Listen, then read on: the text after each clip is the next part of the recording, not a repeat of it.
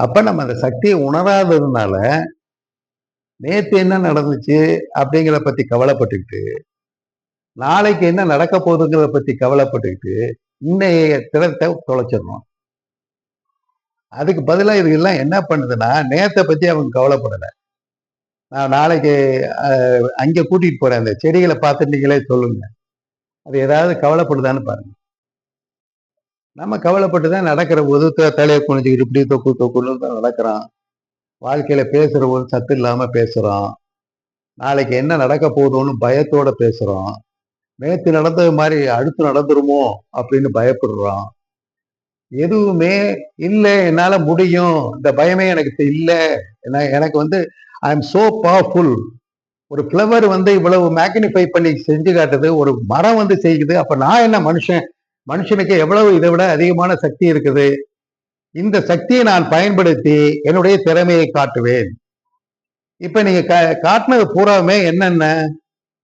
Electro electro magnetic ஃபீல்டுங்கிறது உங்களுக்கு பிசிக்ஸ்ல வரும், கெமிஸ்ட்ரியில வரும், பயாலஜில வரும்.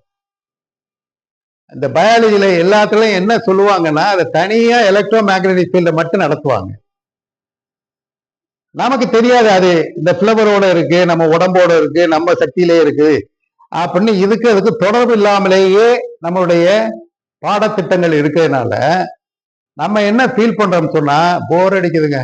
திரும்ப திரும்ப இந்த ஏ பிளஸ் பி பிளஸ் ஸ்கொயர் இந்த இதையே சொல்லிட்டு இருக்காங்க அப்படின்னு சொல்றோம். என்ன ஏ பிளஸ் பி பிளஸ் என்ன சொல்றாங்க? ஏன்னு ஒரு கேட்டகரி, இந்த பக்கத்துல ஏ இருக்கிறவங்க, இந்த பக்கத்துல பி இருக்கிறவங்க, இவங்களை நீங்க எந்த மாதிரி பெருக்கி எந்த மாதிரி வகுத்து எந்த மாதிரி ரிசல்ட்டை கொண்டுட்டு வர்றது மேத்தமேட்டிக்ஸ்.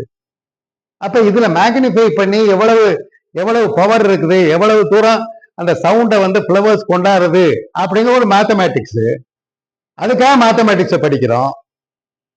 அதுல என்ன கெமிக்கல் ரியாக்ஷன் ஆகுது அப்படின்னு தெரிஞ்சுக்கிறதுக்காக நம்ம ஃபார்முலாவை டேப்ல ஞாபகத்தில் வச்சுக்கிறோம். அதனுடைய டைனமிக்ஸ் எப்படி மாறிக்கிட்டு இருக்கு அப்படின்னு, வெலாசிட்டி எப்படி மாறுது அப்படின்னு கண்டுபிடிக்கிறத பிசிக்ஸ படிச்சுக்கிட்டு இருக்கோம்.